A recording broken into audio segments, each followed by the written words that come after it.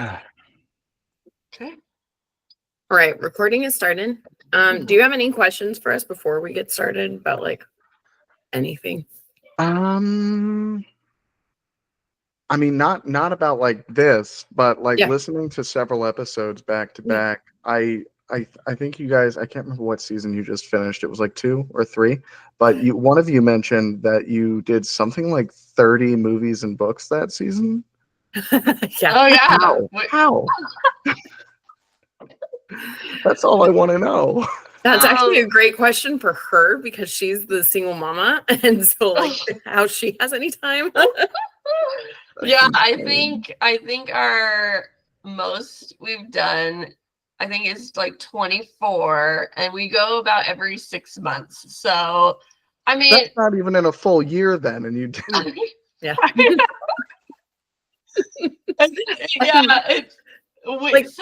Yeah.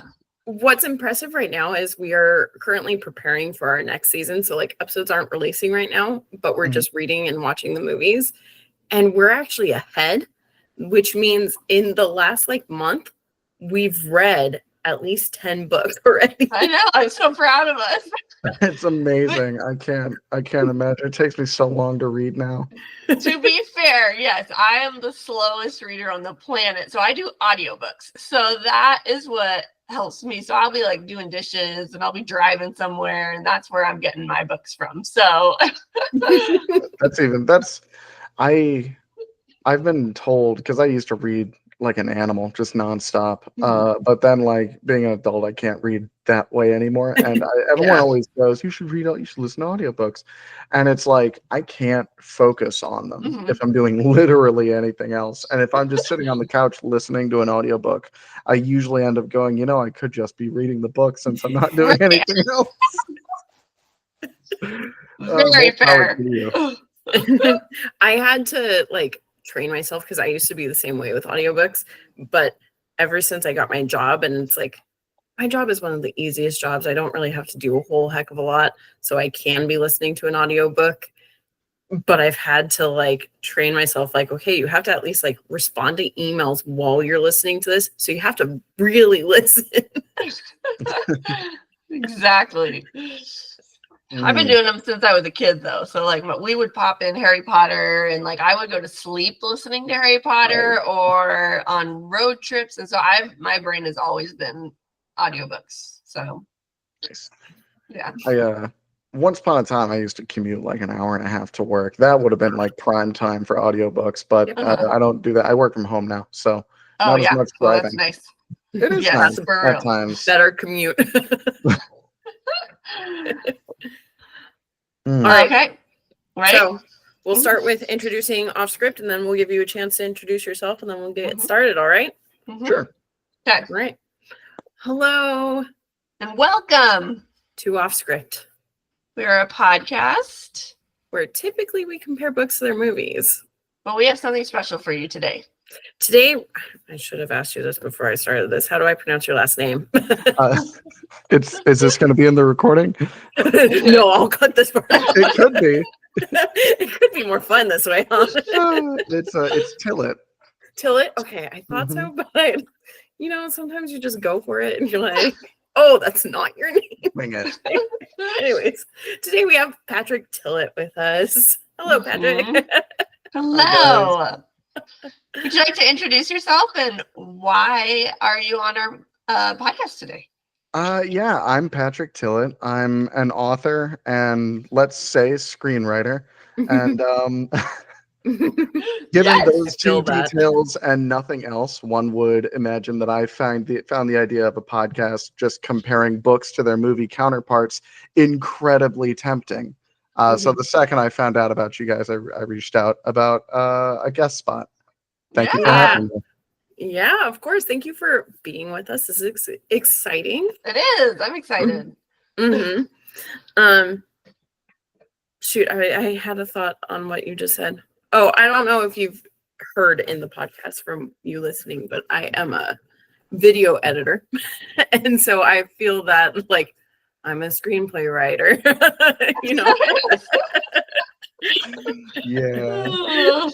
It's not first on my business card. It's Patrick Tillet, payment specialist, author. Day job, author, Yes. and then off in the corner. It's like screenwriter. Yeah. Yes. If you're Oh, do you interested. want me for this? I can help you with that. And so why do you quote unquote call yourself a screenwriter? Like, why aren't you like, yeah, I'm a screenwriter? Have you only done like one or two things, or what? It's mostly that's oh god, what is the term for this? Imposter syndrome. Everyone can relate, I imagine, but it's Yes. like I call myself an author with my whole chest because it's like, oh, I've got books and I've done this, that, and the third. You can find it. You cannot find any videos. That's not true. There's one video I've ever made that is available for like viewing pleasure, and it was just something I put together in high school for a school project. But I've been writing sketches and short films and feature films since then, a handful of them, but just haven't shot any of them. It's an ordeal putting together any sort of video project, and I sure you can relate. Yeah, absolutely. I know 100% how that is. Like, as an editor, I despise the coming up with the story part, the shooting part, and all of it. But as someone who is trying to make it, I know that I have to do all of that either on my own or find the people who want to do that for me. And it's harder to find the people who want to do it. So I'm always trying to just get myself to like write things and shoot it. But man, I don't have the gumption for it. So that's why I do podcast editing. It's even harder to do with like $0 budget because like not part of getting older is like you don't have as many friends, and the ones I do have are like, oh yeah, the two of them are like, oh yeah, I could do this, that, and the third. But it's like for anything else, I'd probably have to hire help, to say nothing of like the crew. Yeah. Oh yeah. So that's one of the biggest thing that obstacles to overcome, which is also a little bit of a fun challenge just in the storytelling aspect you brought up. It's just, can you write something that would be interesting when literally it could conceivably be acted, written, shot, and edited by one single person? Right. Yeah. The answer is maybe, but I haven't gotten it yet. Very fair. Well, do you want to tell us about the books that you have written then? Mm-hmm. Yes. The books I've written are all anthology. I took notes before the thing. I'm so Smart. Smart. But the books I've written are all anthologies, so short story collections, most of which are collaborative between me and several other people. That's Arc City Stories, Power Loss. The full title is Power Loss: What Happens When the Lights Go Out Forever. I didn't come up with it, but it's good. Yeah, it's good, but a mouthful. It's a mouthful. And Neo Cyberpunk 1 and 2, which have some of the favorite short stories I've ever written. And then just this year, I put out my first anthology that's just me, and it's called Turning 30. And it came out of the fact that I took a hiatus from writing and really all art for the last several years after my third child was born. She's 3 years old now, and it's like really hard not doing anything creative for a long time. So I wanted to take that career seriously again this year in 2025. I got to say, terrible decision on my part given the timing of things right now. Just a little bit. I know.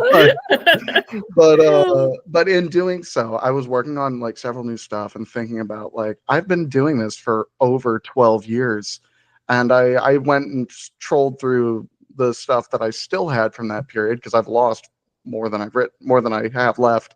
And I was like, I really like this. So I assembled a collection, made some notes from like thinking back to the time when I was writing this, because you're a wholly different person 12 years later. and it's a collection of short stories and short screenplays. It's only about 100 pages. It's sort of my favorites. That's awesome. Mm-hmm. Can I, super off the wall, not really related, but where are you located? Like, are you in the Pacific Northwest with us, or are you? I'm not. I'm in Tennessee. Oh, okay. I live around Nashville, and anybody to give you an idea for it, I say I live around Nashville because that's the only thing people will recognize. But if Yeah. anyone in Nashville heard me say that, they'd kick my ass if they knew where I'd live. We're That's used to hilarious. that up here because we do that Yeah. in Seattle. Mhm. Yeah. We're in Tacoma, but if you say that, I they'll say, love huh? Tacoma. Did you know one of my favorite indie movies was filmed there? Have you ever Which seen The one? Gamers, Darkness Rising? No. I'll send you guys a link. It's free on YouTube. It's amazing if you Okay. like Dungeons and Please. Dragons. The only Um, thing we know when people say movies is 10 Things I Hate About You because that was our high school. I've- that was So- also literally thought you were yeah. gonna I say went to that. the Yes. I went to the high school. I was Yes. in Tacoma for a funeral Oh, a few years ago not as That's fun. with my wife, and I was so jazzed to be there. That's where we went. That was our high school. That was our Yeah. high school. I went to see the high school, and I Mhm. went to. I will send you guys the link. But I went to Yes. the local game store that they shot The Gamers in. It's called the Game Matrix. It is still open. Oh, have you been there, Bree? No, I haven't even Okay. heard of it. Yeah, That's No, I amazing. have to go. Ugh. And what's funny is, so I only just recently got my boyfriend into Dungeons and Dragons. Like, we've been Victory. together for 2 years, for sure. Oh. And we started playing about a year ago. And now, like, in our everyday life, he'll be like, "You need to make a roll. You need to make an intelligence roll." I'm like, okay. But once you said that this is a D&D style, I was like, oh, heck yeah, I'll get him to watch it with me. Oh yeah. Oh my god. So like there's 3 of them. There's the Okay. Gamers, which they made when they were in college. I think in Seattle. I think maybe in Tacoma. Anyway, it's like 40 minutes long. It's 2006, but it looks, or maybe 2003, but it looks like it was filmed in like 1992 on a home video camera. It's Yes. amazing. I And love then that. Gamers Darkness Rising was their first feature film. Oh, And it's okay. sort of a loose sequel. That was filmed in and around Tacoma at a couple of places. And Very if you live cool. there, you'll probably recognize them more than I would. Then the third one was Gamers. Oh my God, this is just going to be a Gamers podcast. I know, right? Gamers Hands of Fate, which is more about Magic the Gathering than Oh, heck Dungeons yeah. and Dragons. Okay. All right.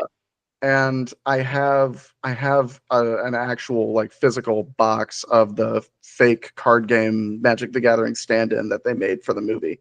Oh my God. And they just wrapped the 4th Gamers movie Really? like But a they're month still ago. I'm a making backer. Wow. Okay. The second I found out they were making another one, I was like, oh, I gotta be in there. So like, You're like, I will help you. I got an update about a month or 2 ago that they wrapped filming, and they're looking at a long editing period. But I think I'm excited. That's That's so awesome. cool. Oh, that's exciting. And they're still local. They're still in Tacoma. I think so. Wow. I think they either still live in or around Tacoma, maybe. Mhm. I believe they're shooting in the area. That's They're awesome. They also made a totally unrelated YouTube series that's really good called like Journey Quest. And it's sort of just like a Dungeons and Dragons comedy, but entirely in the realm of like a fantasy world that just happens to be inspired by D&D, whereas the movies are like people playing a game. Wow. That's Okay. hilarious. That sounds cool. What's funny, actually, Journey Quest? I think it's Journey is it? Mythic either Quest was both of something those else, I I've think, with Rob heard of. McElhenney from It's Always Sunny. Name drop. Oh yeah, that's exactly that's exactly it. I think Journey Quest. I think Justin and Ashley told us to watch that. Allie, I think very so. good. It's Yeah. very fun. Okay. I was like, this sounds really familiar, and I just pulled it up, and I was like, I'm pretty sure I've seen like a snippet of it, and the only person who would do that is Justin and Well, Ashley. Yeah. Probably. One of the many screenplay series that I wrote was just a series of shorts that were blatant ripoffs of the campers and of Those are Journey fun. Quest. You're like, I really like this. This is my I was- inspiration. I was like, I'm gonna write fan fiction today. Yes, why not? That's some It of the was most called fun Call stuff to to write. Adventure. I loved it. That's amazing. Well, awesome. All right. Okay. So let's get back to you, huh? Yes. Yeah. What's your favorite aspect about being an author or screenplay writer? My favorite part of doing both is the versatility of it. I've always loved exploring like genre and the past few years exploring different mediums of art. And it's really interesting being able or like having the toolkit of like an author writing in print where you really have like as much room to spread your legs as you want and you're not limited by hardly anything. And then you go to writing for screen and you have to keep that in mind. You have to be extremely brief with your words. You have to think ideally of like how this would actually physically happen. So like budget's a concern as well. And that in turn makes you almost like a bit of a MacGyver type when you're telling a story. And then you can bring that skill in turn back to writing in a book and use it to like really hone in on the themes or messages or scenes that you're writing in your books. So it like they really play with each other interestingly because they're so different. Oh, interesting. So do you think it's easier to adapt a book to a movie or a screenplay to a book? I think a screenplay to a book would be exponentially easier. Yeah. It's I agree. so I think it's a miracle that any books become movies. Especially some of the ones that get adapted, like the ones that are a little bit more, you know, science fiction-y or with especially those. It seems like every crazy science fiction movie is like a book first, and I think that's just like impressive, frankly. Yeah. That's like someone was able to con someone else into putting that much money behind it. I love it. Okay. So my boyfriend got me into this book that is D&D style. You might have heard of it, Dungeon Crawler Carl, and it's a great book.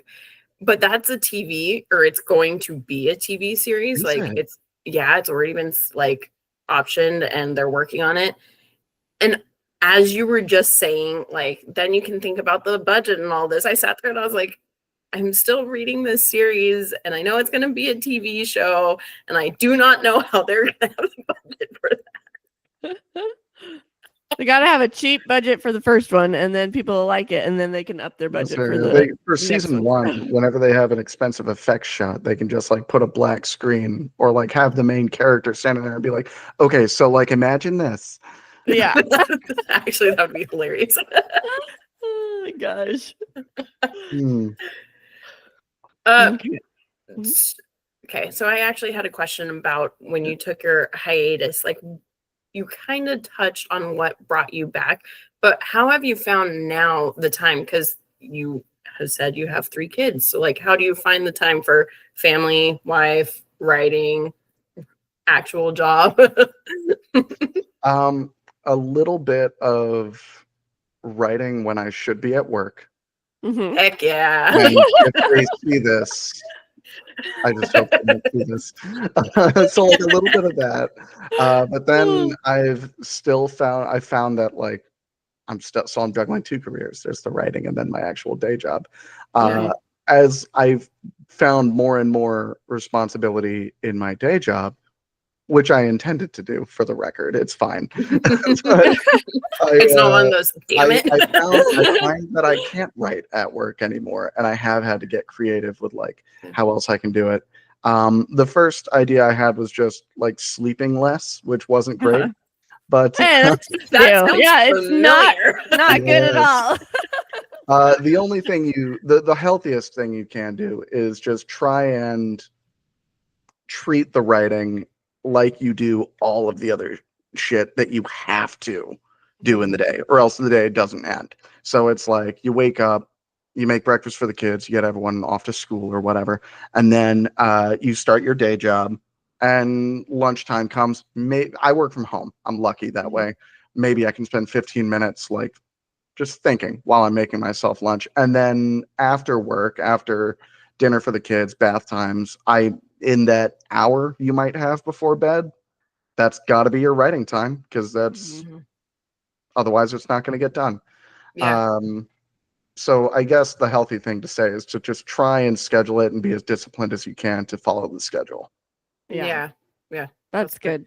That's what we have to do with Offscript. I'm bad at it for the Yes, I'm awful at it. Luckily, my co-host is more organized, and she's able to be like, okay, we gotta do Offscript today. I'm like, okay, I'll do it. I'll find time and figure it out somehow. I just know if I don't plan it, I will never plan it. Mhm. And so then it just won't happen, because I know Allie's going to be like, sorry, I got to get the kids to this place, and then we have to go do this and do this. Yeah. Like one of our books coming up, we're doing Stephen King's The Long Walk. And so we have to go to the theater to watch it. And she's like, okay, we got to do it this day. I was like, well, I have a kid's birthday party I have to go to. I have this I have to do after this. And like our schedules don't line up, but we know we have to figure it out. So we make it work. Yeah. And that's, as I said right when we started, that's fucking commendable. The amount of work you guys do is insane. Thanks. What's funny is, like, to me, I'm a huge bookworm, and I have a degree in film, so watching movies all the time is like, I love it. Reading, if I didn't have this podcast, it's so bad because I am a bookworm. So you would think, oh, she's reading all the time. That's not how it works. If I don't have like, okay, you are reading this book for this purpose, I tend to not read because I'm doing everything else I'm trying to get in my day. So now I have a reason to be reading, and I get to read as much as I want. I'm exactly the same way. I need to have a reason. It almost needs to be a benefit for someone else for me to do anything. Yes. I feel that. People are like, so they'll be excited and they'll be like, you really need to read this book. And I'm like, is it turning into a movie? Because I need to do Offscript stuff, because then I'll read it. What's hilarious is so bad. It's funny because Allie was not a reader before this podcast, but now I think because she does this podcast, people think she's a reader. So they do tend to recommend books for her. If it helps, I mean, that maybe it doesn't help. That was my impression. Oh, well, thank you. Hey. Yes. No, the fact that I think we've done, what was it, like 115 episodes total so far, like book relating ones. And I'm like, that means I've read 115 books. I'm so proud of myself. During the hiatus, I decided that I wanted to like get back into the habit of reading again, and I did. I set a goal for myself. It was like one book a month, which felt like a lot to me. And the highest I got was in 2024. 23. I read like 30 books in 1 year, which was like a shitload for me. And I felt really good about that. And one thing about like starting to write again is it's been so long since I've read anything. I'm so far behind. I have friends' books like I haven't read that I picked up on day one, or that they sent me, and that feels really bad because they'll be like, "Did you get to the part I want you to read yet?" I'm like, I'm so close to it. I promise. Oh my gosh. No, but seriously, like we have a couple of our books don't have audiobooks. And so I'm like, oh, you got to tell me like months in advance or I'm not going to be able to read them. And so we've had to do it that way. And it takes me so long to actually read it. But I love reading it when we do. I try to read at least one a season. I've actually started failing at that, but it was successful this season because Stephen King had an 11-page short story. So I got that one in there. What was that the longest walk, the short story, or was it a different episode? It was. We haven't done it yet. So because I was gonna say, if you couldn't tell, I didn't actually realize that was a Stephen King book. Oh yeah, because I was unfamiliar. Pen name. It's under Richard Bachman, which what's funny is, so Allie got the Night Shift, which had Boogeyman in it from the library, and I borrowed it from her to read. And I read it this morning, and at the start, it lists all of the books that he wrote under Richard Bachman. And like Thinner is one of them. And I was like, hold on, I've like known this whole time it was Stephen King. So how did you sneak that in under Richard Bachman? Right. I remember reading that I think the whole Bachman thing a little bit was a lot of authors use pen names. I don't think I could. But because I'm starved for attention. Yes, exactly. But, I feel that. I think I read that aside from just being the whole will my books still sell if they're not by Stephen King thing that it was, I think I read an interview or like a memoir he wrote where he said the Bachman thing was also to get around like publishing limitations. Like he could only receive so many royalty checks a year or something like that. This is from like Wow. 7 years ago. And so like to get around that, he did start publishing under another name so that way he could collect both paychecks. That makes sense. Baller move by Yeah, Stephen King. damn. He's like, I'll show you guys. Hang on, my headphones screwed up. And he said, you know what? My Stephen King books are not going to be any fewer in number. You're just going to get double the books every year. Yeah. I also feel like now they gotta have a thing where it's like, oh, you're releasing a book, we're signing it up for a movie. That's what we're doing. Oh, that's totally the way it was. There's a shout out. As a podcast I love called Kings of King by the Small Beans Network. And they specifically cover film adaptations of Stephen King and like real niche ones too. Really? Oh yeah, it's very good. Ooh, I But should reach out to them. they part of it is they do I think they mention like when the book came out, even though it's not necessarily the focus of the podcast, and like when the movie came out, and like one of them, I think it may have been Misery, came out like the year, like it released the year after the book. Actually, I think it was that one because me and Allie, we covered it and we were shocked. We were like, wait, how did that happen so quick? I'm pretty sure he was writing the book and like he already had the movie deal going. He must have, right? Yeah. Because you think of how long it takes to make a movie now. How long did it take in the late? Yeah. There's 80s? no way he could have been like, here's my book, adapted. He could have. I'm just trying to fill our time while Allie. No, it's okay. This is Sorry. no, it's okay. My I'm having a headphones- great time. Me too, actually. Good. My headphones totally like are roboting out on me and staticking. So I'm just gonna Wait, is it through your Vocaster? yeah. Turn the Vocaster on and off. Okay, hang on. I'm the tech one of the two of us, can't you tell? I'm the tech one between me and my wife, and that's not great. Not because I don't like doing it, but because I'm also not very tech savvy. And between the two of us, we just have to wing it. You're both in there. Did that work? Can we press this button? Does that work? That's why I came in, and before I even said hello, I was like, is my mic working? I need to know. I need to fix it if not. Did that fix it, put on Allie? my gamer headphones if I need to. Oh, now I can't hear you. Your mic's off. Nope. No, your mic's still not working.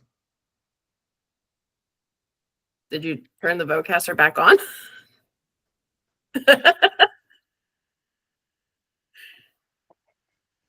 That Look was in me the. tight. Hmm?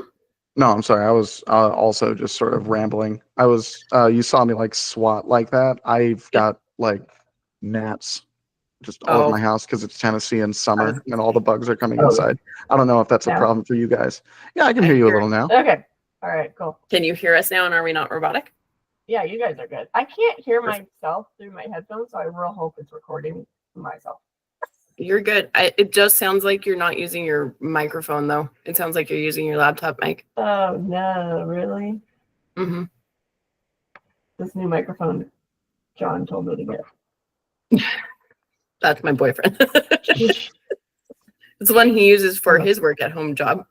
Mm. No, I think what you have to do, you have to go into the computer settings. I did, didn't I? What did I do? I don't know. You might have. We're super professional on our podcast. I got all the time in the world. It's Saturday. I don't have work till Monday. Hey, that's even better. My kids went down for a late nap, so like they're probably gonna wake up at like 7 anyway. So I got a long night ahead of me. Yeah, wow. Okay, there now? you go, Allie. I Now Yeah, you you sound sound great. good now. Okay, I still Yep. can't hear myself, but I'll trust you guys. So As long as you can hear us, I can hear you part guys. of the conversation, and Yes. can talk, we're good. All All right. you have to do if you're not on the recording is just remember exactly what you said, and they Mhm. can like Just go back ADR you through. in. Exactly. I've got this. Oh my gosh, that would be awful. All right. So sorry. Oh my gosh. Okay. Jeez Louise. Okay. Okay. What's that? I asked those 2 questions. Now we're on to. Sorry, that's a longer question. Okay. If you were to adapt a book into a screenplay, what would be your method for doing that? And how would you keep the story as intact as possible? Right. This is a long answer. Yep, Because this is go for actually one that I needed. This is when I was like, I'm gonna need to take notes. Yes, please. it. That's But- perfectly fine. That's why I asked it. Yes. I mentioned earlier how like ludicrous it is that any book can possibly be adapted into a screenplay. Mhm. I've tried doing I've written screenplays obviously, but like I've tried adapting books twice and only twice. Really? It was one for The Great Gatsby when it first hit the public domain. I wanted to make like a cyberpunk Oh, nice. version and had a terrible time of it, gave up halfway Oh. through. I think because I love the source material too much. And Yeah. then a friend of mine, Animosity Cat, I think I pronounced that name wrong, but I've gone 4 or 5 years without ever saying her name out loud to her face, and I probably just ruined it. Anyway, Hopefully she's not listening. I'm gonna send her this. Are you kidding? Yeah. But she has a book series called Behind Blue Eyes that I also really like. And just as like an exercise, I tried adapting it into a feature and also gave up. And it's because it's extremely hard. You guys know there's so much book, Mhm. even for shorter books, Mhm. that you have to like condense into 90 minutes, 2 hours. And I'll just get into the process. The first thing you do is I reread the entire work first, maybe even twice if I can do it quickly. Like Great Gatsby is a short book. I could reread that twice Easy. in a week, Mhm. probably. Mhm. But like a larger novel, like Behind Blue Eyes, like Dune, whatever. God, definitely Dune. It took me like 6 months. Anyway, I love it. But anyway, you reread the book, and then take notes in the book while you're reading about like what's contributing towards the main themes that you wanted to portray in your adaptation, specific scenes that you know you want to be in the book, in the movie. You would maybe note in the margins like shot compositions or Mhm. like what you would probably omit because you know you're going to have to omit a lot. Mhm. And then ultimately, eventually, you'll come to the realization that your screenplay is as long as the book is, and you're looking at like a 10-hour like thing that nobody would ever watch. Hey, I and would watch it. someone would. You would watch. That's why we have like the TV shows now, because people are Yeah. like, I want all of it. Yeah, But I can think I that's it. Yeah, I'm so impressed that you read and reread, because we just did, what do we do? Was it Children of Men? Oh my god, yeah. And the director said I did not read it at all because I didn't Oh. want to be influenced by the novel. And we're like, but I Why don't are you think that- adapting it into Exactly. That was one of the other things I wanted to mention, is that like the most important thing is you have to love the source material. right. That's Because what I thought. people will probably be able to tell if you're going in here and just like doing your job and you've left 40% on the cutting room floor just so you can sell Coca-Cola ads. Right. Or like, Allie, you are not going to be shocked that I'm going to bring this up, but or you're like the people who decided to adapt the Divergent series, who took the source material and butchered it just because they knew it would make them money. I never read the Divergent series, but I will say it is almost impressive I just went through like 4 different adjectives. It's almost impressive how the Divergent series like single-handedly killed the cash cow that was the teenage young adult dystopia like entire setting. Like none of those movies are made anymore. It's because they freaking the last one, they literally like they did the whole entire book, but they were cutting it into 2 parts. So how are you cutting it into 2 parts? Did the whole book and then wait for part 2, and it's like, what is part 2? And like for me, the book series literally just makes sense because she kills off the main character, and it was like that was the character's arc. It was perfect for her. That's where Triss needed to go. But and then they brought her back for the last movie? They didn't. For the record, I never saw. They never made it. I never watched the first one. They left it on a cliffhanger. They left it on a cliffhanger. Never made it because they were greenlit to do the second part, but then all the fans got pissed when the movie came out because we were like, as I was watching it, I was like, okay, this is like a good halfway point. This is where the movie's going to stop. And then I kept going, and I was like, wait, we're getting to the part where Triss is supposed to die. Wait, she didn't die? Wait, okay. They just did the whole book, but we're getting a part 2? But they changed the ending so they could do a part 2 that's fanfic and then didn't get made? Yeah. That is amazing. They were greenlit for the movie. Then they were like, there's too much story. We want to make it a TV show. So they were going to do part 2 as a TV show.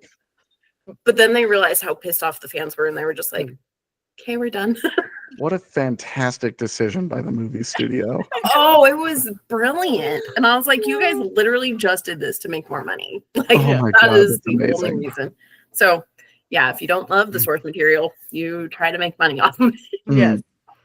Sorry, no, you're good. These are good interruptions. And like I said, I wrote that down that's the most important thing too. So I did want to mention that. But like you got your 10-hour thing that maybe you could turn into a TV show.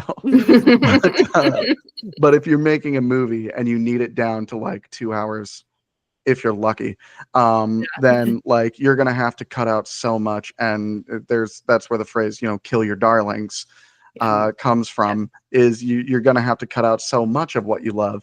And that's really, even for like the good, quote unquote good, subjective adaptations, that's like the most damning part of the entire project. And where I kind of lose the times that I tried adapting is like I kind of stopped because I was like, I didn't want to cut any of it. Because to me, picking, quote, the important parts meant that I was making a project that was going to go out to the world and say, this is the correct way to read The Great Gatsby. And I'm not that confident in myself. Right. Oh my gosh. So like, that's a terrifying prospect. More people should be not as confident. Yes. Maybe, but there's something to be said. Like, at least, like, I mentioned, it's just impressive that this stuff even happens. Even the crappy ones, even the Divergents, or I'm gonna drop a name, even the Seventh Son. They got made. Someone did the work, and maybe you hope they loved the source material, but like they did what I couldn't. Right. But yeah, that's the thing, is you love it, you take notes, and you try and preserve it as much as you can.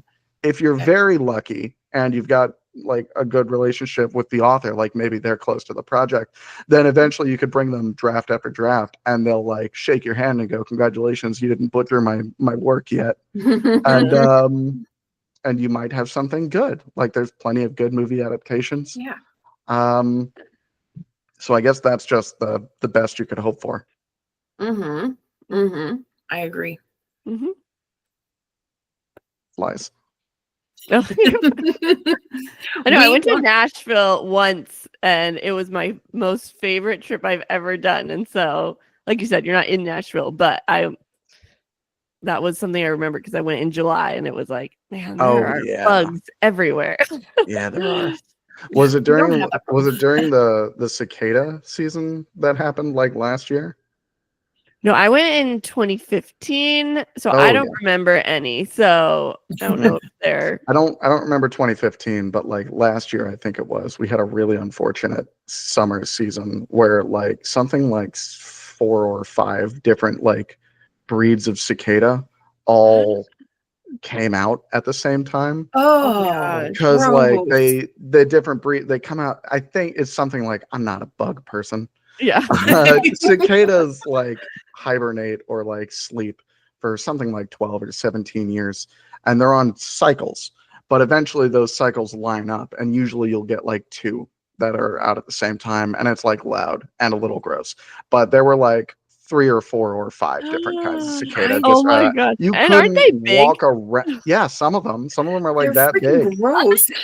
Yeah, and like you couldn't walk outside Oh, without them like running no. into you or like just littering the sidewalk. Is disgusting. Yeah, we don't have too bad. I'll never That can be visit in the cut. summertime. We got mosquitoes. That's really the main.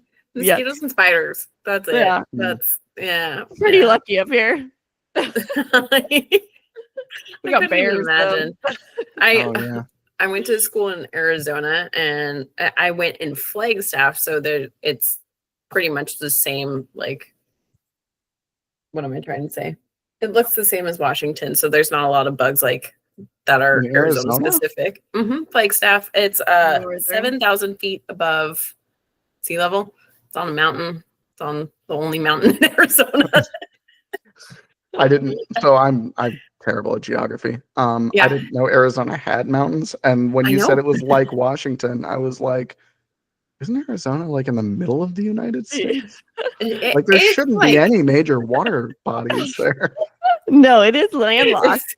It's landlocked. There's no water. It's the vegetation. It's green. It's like the weather is better because you're not down in the desert. You're up on the mountain. But that also means that our winters, like my first year there, we got an email to beware that we could catch hypothermia because in the next week it was going to get to like negative 18 degrees.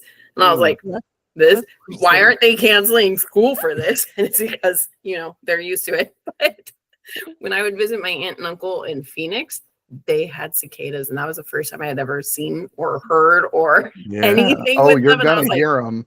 this is gross. Gosh. Like, why?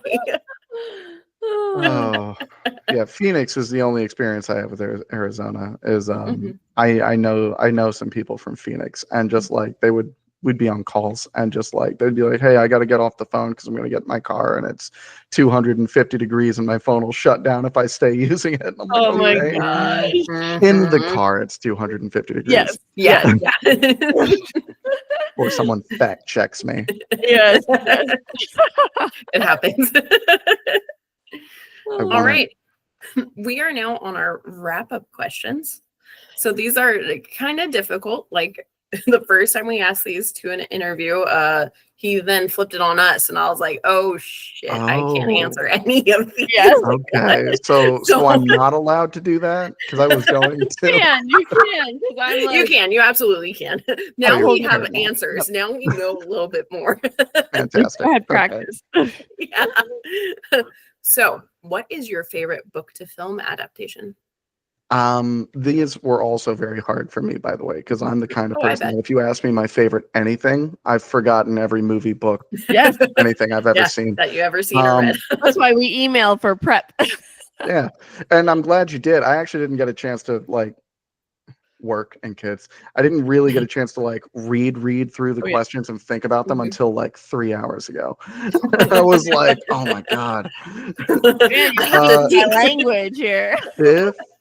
If TV adaptations count, then Altered Carbon is probably one of my favorites. Really? I love that series. It's on Netflix if you haven't seen it. Uh-huh. It's amazing. Season 1 is a flawless work of art. There's a movie you don't need to watch. And then there's like season 2, which is also very good but different. Okay. Oh, What's funny is okay. it's on our list because my boyfriend loved season 1 and wanted to watch season 2 with me. And I've just been like, it's not a script book. Can't do it. It is. I really enjoyed season 2. And they switched I don't know if it got canceled prematurely, or if they only Mhm. wanted to do 2 seasons. But they were doing a thing where a different actor would play Takeshi Kovacs every season, like a Oh. Doctor Who thing. Yeah. And season 2 has Anthony Mackie, and he just killed it, dude. It's like one of Oh, my I favorite roles bet. of his. Oh, That's awesome. that's awesome. Jesus Christ. Sorry. No. Outside of the realm of TV, I don't know if it's my favorite, but I adore the Keanu Reeves Constantine movie that came out in like Wow, 2007 or really? something. That actually Uh, is, but I think it's a It's a comic book. comic book movie, Mhm. and that's why I was going to say it's a terrible adaptation, but it is such a fun movie, and Yeah. I love it. I could watch it all the time, and I I legitimately don't think the second one is ever going to happen. I don't Oh, think so either. Yeah. It's been long So enough. You have to make your peace with it. Constantine I have a sad story with Constantine because I had been so excited for that movie to come out. And it came out summertime here. And well, obviously here everywhere. But here, one of the things that you do when movies come out summertime is you go see them at the drive-in because it's kind of this fun experience. And so we went to see it with Sin City and Constantine. And me and my friend were so I know, weird pairing, right? No, but like But that's a good double feature. Oh yeah, yeah. But I didn't want to see Sin City. I only wanted to see Constantine. And of course, Sin City played first. So I was like, well, I'm going to sit through this movie and then I'm going to watch the movie that I want. Oh, We borrowed our friend's van because there was a big group of us going to it. And I can't remember, I think we did start it or something. The van was just a very old van. So we get through Sin City, they do the start, we like go get refreshments, we come back to sit down to watch Constantine. The car died.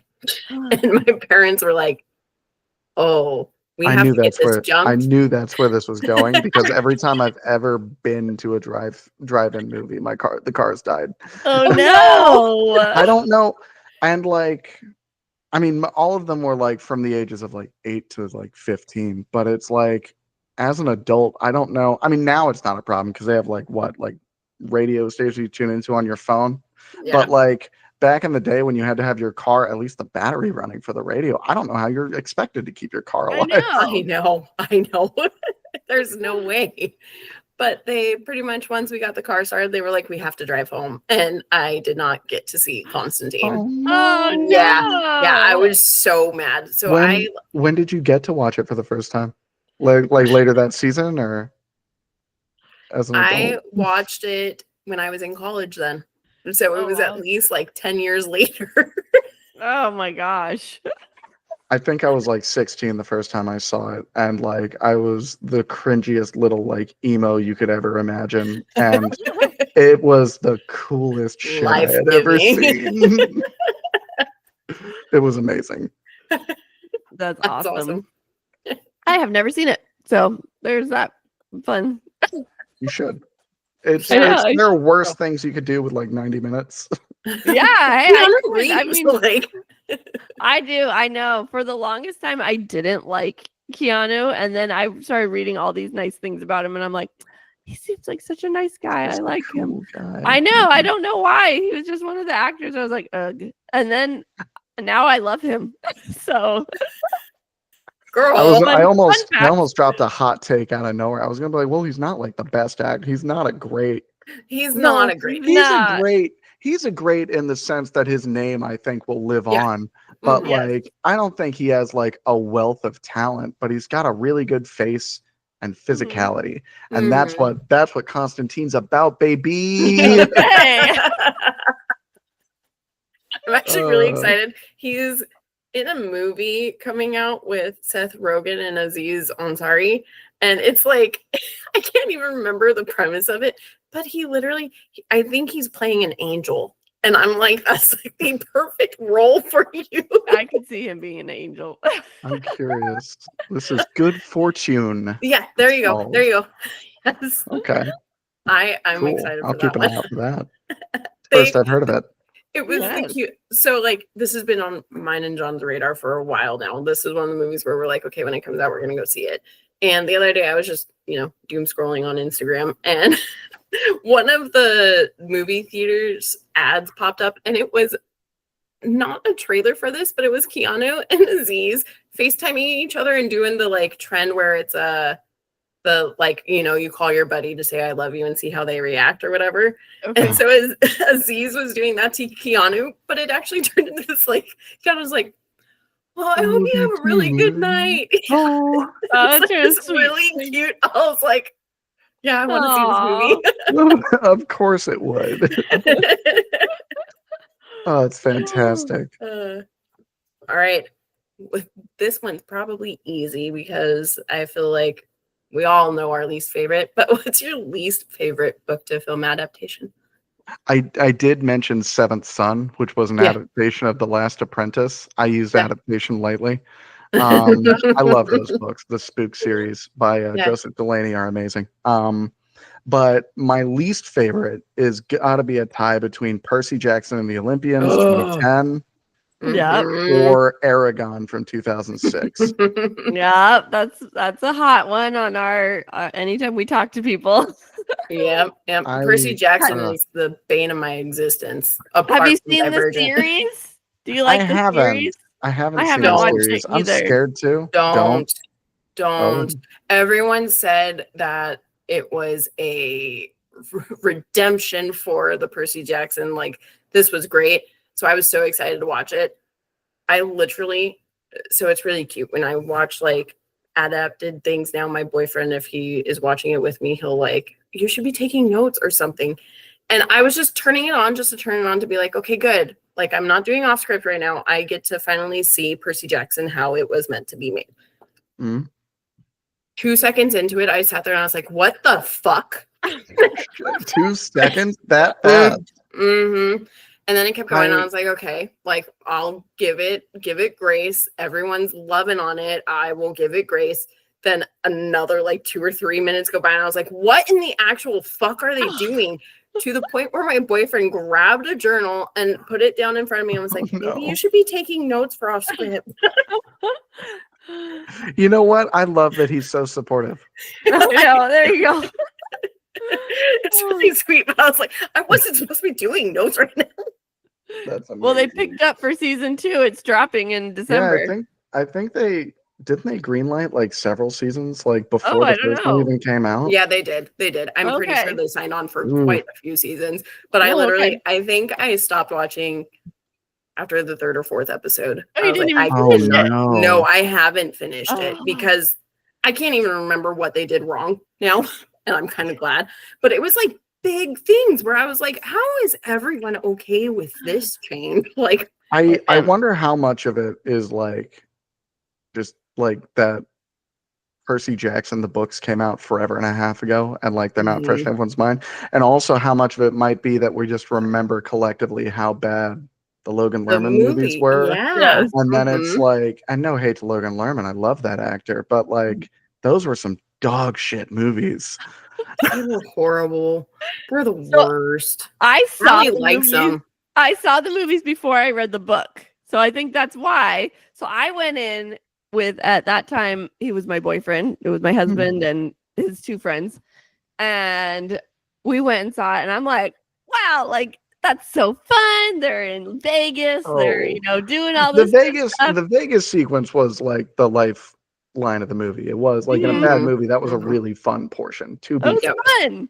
And then they had the part in wasn't it in Nashville with the like the Olympian part? I was like, when I went to Nashville, I went there and I was like, I'm here. Where's the Oh, the Yeah. music. Yeah, The that's music. right. That's And at the so- Parthenon in Nashville. I forgot that was Yes. in that movie because I try and scrub it from my memory.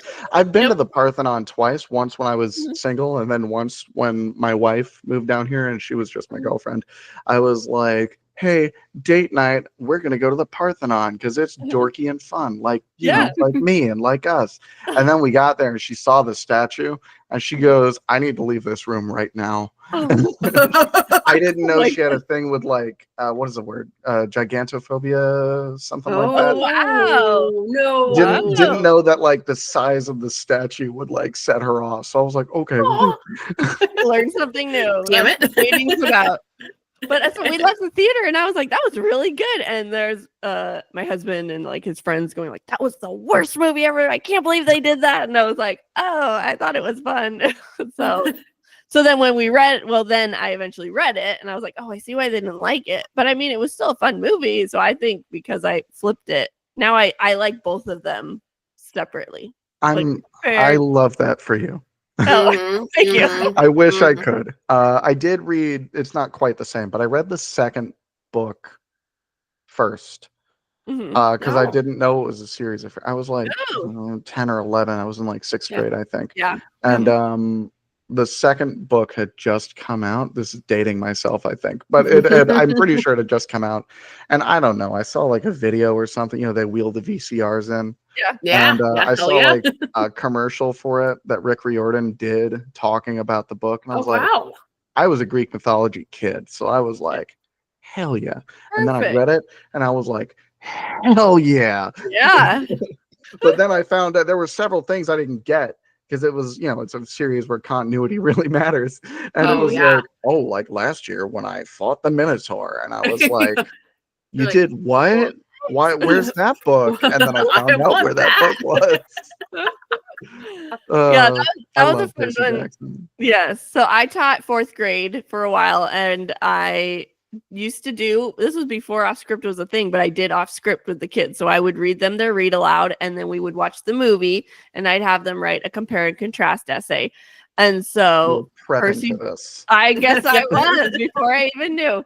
And so Percy Jackson was one of them that we did. And it was so fun because all my students had the same reactions like, what? Why are they doing that? And it was so fun to watch. And the answer, as always, is budget and time. Yes, exactly. Yeah, no, that one was horrible too. All right, this one typically stumps some people. Is there a book that you would like to see adapted? I have 2 answers, and it did take me a minute. I'll start with the mainstream one first. I would really like to see, I say mainstream as fantasy can be. Mistborn by Brandon Sanderson would be it would be such a kick-ass movie. And to be fair, I really truly think, this is going to sound bad, I'm going to rephrase it. I think it would work really well as a movie because so much of the extra stuff that wouldn't necessarily make for a good movie. So like there's like, it's a long book. If you know Brandon Sanderson, it's like a long book. Yeah. It's not that long. It's like, anyway. There's like 2 or 3 or 4 ball dancing scenes. Because that's like part of it is like the main character. God, I am just tangent city over here. The main character is like disguised as this noble woman. So she has to like gather information on the other nobles so she can feed it back to her compatriots. And she does so by pretending to be a young noble attending like balls. And so there's like 3 or 4 of those. There's like 1 for each act. So like that works from a structure point. And then like I mentioned, you get switching from book brain to film brain, you would think to yourself, well, we're not going to have time for 4 distinct ballroom scenes. I could probably condense those or cut maybe the middle one entirely. That's a conversation I have with Brandon. But like the everything else, like all the fighting, the learning, the identity character that Vin is just like, it would make for the sickest fucking fantasy action movie ever made. It would be awesome. And the ending would break hearts. Oh, okay. You know what's hilarious? This book has been recommended to me by like so many people just in the last few months. Yeah, like that's why you said it. I was like, oh. Sanderson just released like 2 new books, I think, in the last 12 months. So like that's why he's been talked about a lot more. And that's actually why it was recommended to me. I had never read Brandon Sanderson before because I found it. All I knew about him is that he had like 25 books or something, and they were all connected. And I was like, that's a huge commitment. And it was explained to me what the concept of the Cosmere was. Is they're not all like sequels to each other. There's like 2 or 3 series that are largely unrelated, but they take place in like a shared, and I'm using this word literally, universe. Like some are on different planets, Oh. some are on the Oh, same wow. planet, but the most you'll see is like maybe a background character is described, and you'll go, "Oh, that's Kelser." I know. Oh, it's like the Easter eggs. Okay. Yeah, That's fun. and so that made it a lot more swallowable for me. And Mhm. I was recommended to start with Mistborn, Mhm. and I would highly recommend it to all of you. It's an amazing Awesome. book, Okay. and I'd love to see it in a movie. My favorite indie book that I would like to see adapted. Well, I don't know about favorite, but a book I would love to see adapted is an extremely deep cut. The Climb by Michael Swaim, who I mentioned the Small Beans podcast. Yeah. Not related to me at all. I'm just a fan. But he's like one of the main owners and like podcast hosts of all their podcasts. And he released a book called The Climb towards the end of 2024, I think.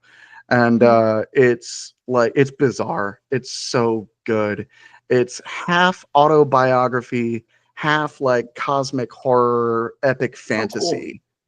That's awesome. Wow. And it like plays with format and like language. And then I drew some inspiration with my collection turning 30, where it's not just print, it's also screenplay. At parts of it, the prose breaks down and it does just develop into screenplay format in the real world about him. And then it like, loops back and somehow segues back into the story you were reading with the characters you were. And I would just love to see somebody attempt that on film. Yeah. It would be a mind melter. Yeah. Oh, That would be awesome. okay. That would be cool.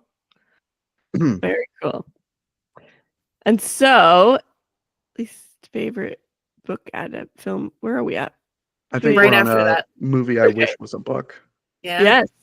which I only bring up. I only introduced that question because that was the hardest one for me to answer. Because Okay, I've never actually thought about that before. I know, right? I really only started thinking about that after we started Offscript. That's when I was like, ooh, what would I want to see? Or what would I want to read, I guess. Yeah, exactly. Right. And that's like what was hard is I kept going like, oh, I'd really like to see this. And then I'm like, well, no, that's not what I'm asking. But movie I wish was a book. At first, I had kind of settled on like one of the Mad Max movies. And they make, I think, graphic novels, but like Fury Road, for example, is like a masterpiece of a movie. But then I closed my document and I was like, all right, time to wait for the podcast. And then I just kept thinking about it and I was like, that would be a terrible book. It's all visuals. Yeah, that's true. So then my actual answer is In Bruges, which is a film starring Colin Farrell. I almost said Firth. Colin Farrell and Dominic Gleeson, one of the Gleasons. Yeah, that's a good movie. It's an amazing movie. I love it, and that would be so it would be a good. greght book because it's a very doomed by the narrative story. You know what I'm talking about. And it's also just so fast. It like the characters are so clever and witty, and like it's very dialogue heavy. And then the setting is very interesting as well. If you were to put this fantasy city of Bruges in a book, but it's like as the character, as Colin Farrell finds out, it's a terribly boring city for him, but he finds things to enjoy in it, and that could very interestingly be displayed in text, just as like you're describing the setting and it's like this building sucks, everything's gray, it's foggy, it's cold, but then like maybe more color creeps into the descriptions and just the perspective character could become more enthusiastic as the book goes on. And so like that's how that movie would be a really cool book to like play with. Cool. That's actually a Clerks very would great also answer. be good. Yeah. It would be. I found those too. That's where I landed. That's awesome. Well, very cool. And do you have a favorite book? I've got a few, but I think the number one, my first like favorite book was like The Great Gatsby, which we read in high school. And I had books that I liked, like Percy Jackson, obviously. Yeah. But Great Gatsby was the first book I was ever assigned to read that I was like, this is fucking a work of art. It's, in my opinion, the perfect novel. It is Wow. so short, and Mhm. yet it's so evocative with its imageries that in only like 110 pages, you can imagine like East Egg, Mhm. West Egg, New York, and the runoff from New York into the wasteland. It's so good. It's perfect, and I read it often. The copy I have, I actually stole from my high school. That's awesome. I just Memory. never gave it back at the end of class. I was like, this is mine now. They can send me an invoice. I'll send them $10. Exactly. Yeah, That's that's amazing. Bree's favorite too. It is. Yeah, Is I it? love The Great Gatsby. I Yeah, love it. it's one of What do my you think of favorites. the have you done a Great Gatsby episode yet? I Yeah, don't. we Yeah. have. Yes, Mhm, I mhm. didn't We've listen to actually that done one. 2. If you couldn't tell, so what did you That's think of the okay. movies? So we covered the one that we did for the full episode. We did the Leo version, and then we did Paul Rudd's version for a mini-sode. I Oh forgot my we did God, that that. was Paul Rudd. I know the movie because I watched it in high school. Yeah. Yes. But like I completely forgot that was Paul Rudd. Oh my gosh. I know you're over here saying we did too. I'm like, what? We did too? And I was like, We- oh yeah. No, we did because I wanted to watch the Paul Rudd version. That's right. I Um, forgot. Okay. And so I'm probably one of the few, but I actually really enjoyed the Leo movie. Like, I did too. I but did too. oh, good. I'm glad you did. I thought I was about to get a lot of shit for this, but like to me, It was very, very unique. And like I Mhm. talked about earlier, where it's like when I hate to keep dominating the conversation. I'm so sorry. You're fine. I just That's this is totally so fair. fun to talk about. And Yeah. I'm such like a pretentious asshole when it comes to art that like my friends I feel bad subjecting my friends to this. So it's great to have people who are doing this for work who are forced to listen to me. But I actually really liked name No. Baz Luhrmann. Toby? It was Oh, Baz yeah. Luhrmann, I Oh, think, I who love did The Great Boz. Gatsby. Yeah. Moulin Rouge. But Mhm. anyway, it's part of adaptation comes from like deciding either the way I look at it is the right way, or at the very least, this is a way you can look at it. And Baz Luhrmann Yeah. went balls to the wall with that, Mhm. with the music choices, the sets, the stylized visuals. And so like it's not a perfect like one-to-one adaptation by any means, but Yeah. it's an incredible film. I loved it. I think Leo was born to play Gatsby. He did such a great job as Gatsby. And I think the biggest problem that people have with that is the music choice, because they're like, oh, Boz was trying to make it modern. And I'm like, I don't think that's like, I think the music choice was for the audience to get pulled into the story. I don't think Mhm. Boz is thinking like, yeah, they're listening to Jay-Z the whole entire time in this Exactly. story. That's supposed to be pulling you into the mindset, the Mhm. rampant opulence that they had in the 20s. But Mhm. you, a modern teenager or 20, 30 something year old, I'm not guessing your ages for the record. I'm just talking about Right. the Americans that watched it in 2017 or no, 2012. 2012. Yeah. That's like you're not going to get sucked in that same way just listening to flapper jazz. Yeah. No. Which is an amazing. I love jazz and I love swing music, but you have to like bridge the gap. There's 100 years of difference between when this movie takes place and where you're alive, and you need to bridge that gap somehow. Music's an amazing way to do it. Yeah. I loved it. I Moulin Rouge is one of my favorite movies. And so like when I found out he was doing Gatsby, I was like, perfect. I'm okay with this. Let's go. Let's do.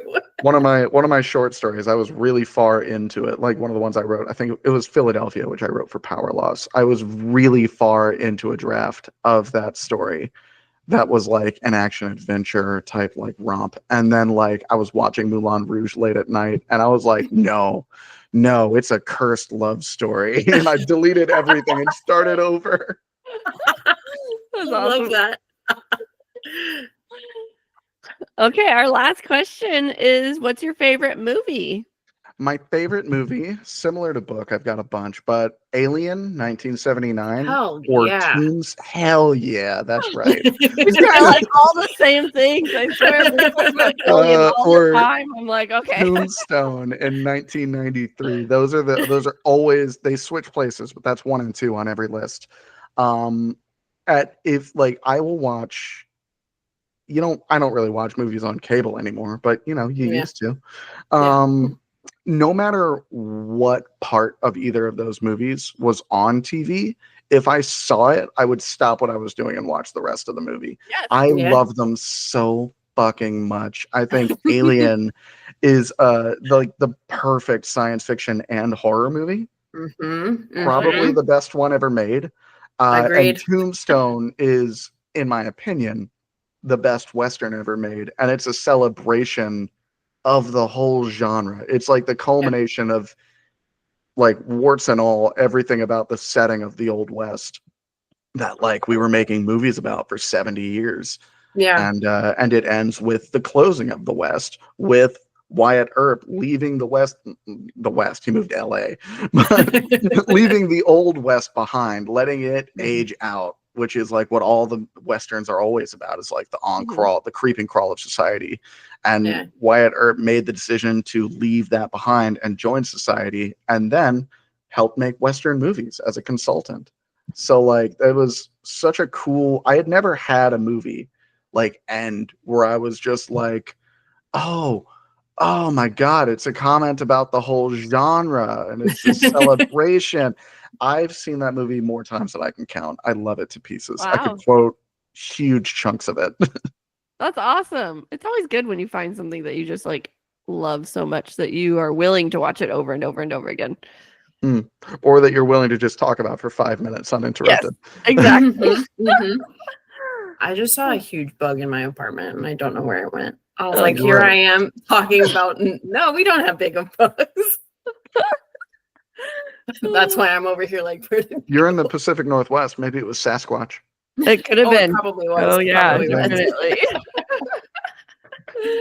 Well, now is your chance to kind of pitch yourself. Where can our listeners find you? Can they follow you on Instagram? Do you have a website? Where can they get your short stories? All that good stuff. Yeah, I do have a handful of social medias, and I do have a blog that I don't update terribly often, but I do update it. It's if you look up Patrick Tillet, Tillett. Wrap it up, Pat.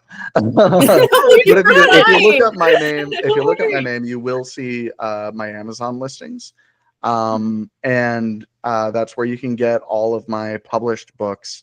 Again, that's Arc City Stories, Power Loss, Neo Cyberpunk 1 and 2, and Turning 30, my latest release.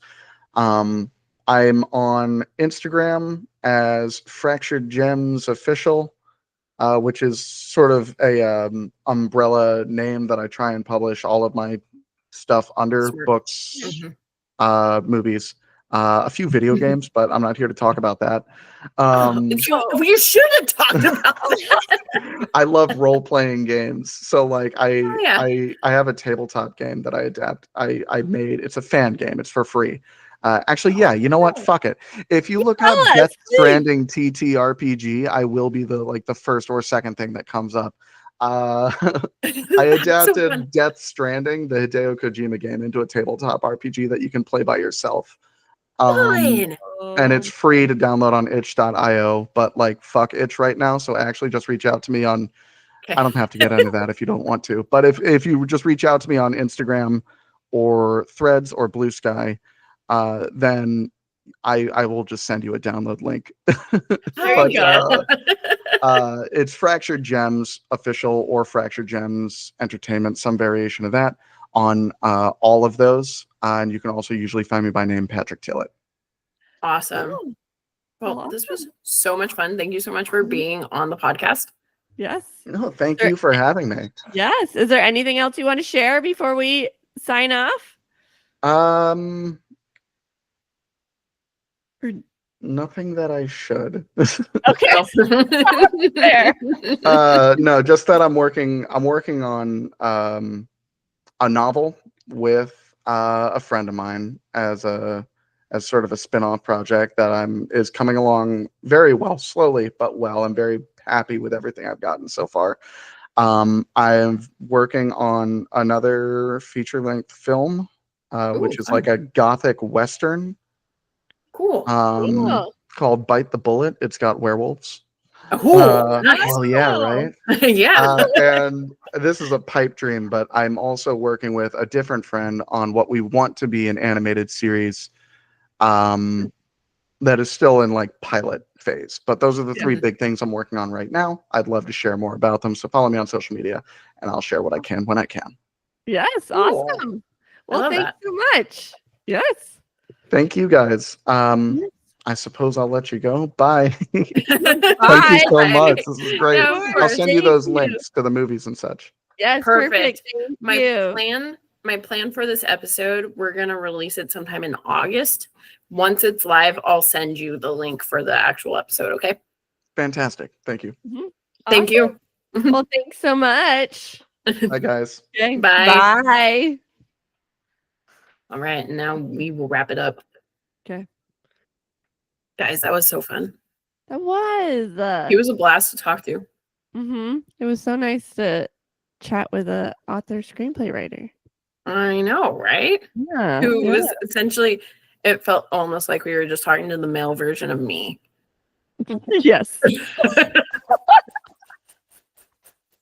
did. When he's like, Great Gatsby is my favorite, and then Alien's my favorite. I'm like, Brie? Is that you? Hold on. Did Bree just dress up as a man and get on the podcast? Oh my gosh. Well, Patrick, That's we're great. so happy you could be on with us, and we are excited to support you and share all your stuff. Yeah. He's Yeah. not on anymore, but I'm talking to him through the episode. I know.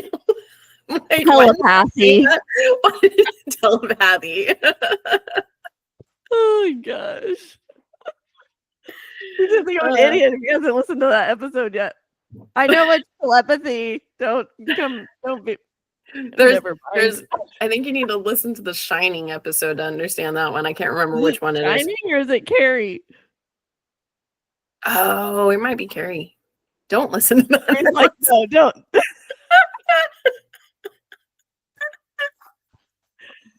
Oh my gosh. Anyways, you guys, this was fun. Yes, it was. So let's wrap us up now. We've got a website that you should go check out. It's not in front of me. Offscript253.wixsite.com/offscript. I'm so proud you remembered it without it in front of you. Me. While you're there, everyone, we have set up where we can get donations now. So if you want to support us and help us do better, You can do a one-time donation. You can do a monthly donation. You can donate $1 a month. Yeah. Rules for us that we can buy stuff for like updating stuff for the nerd party. We can buy updated equipment so we sound better. Like everything you donate will be used to improve this podcast.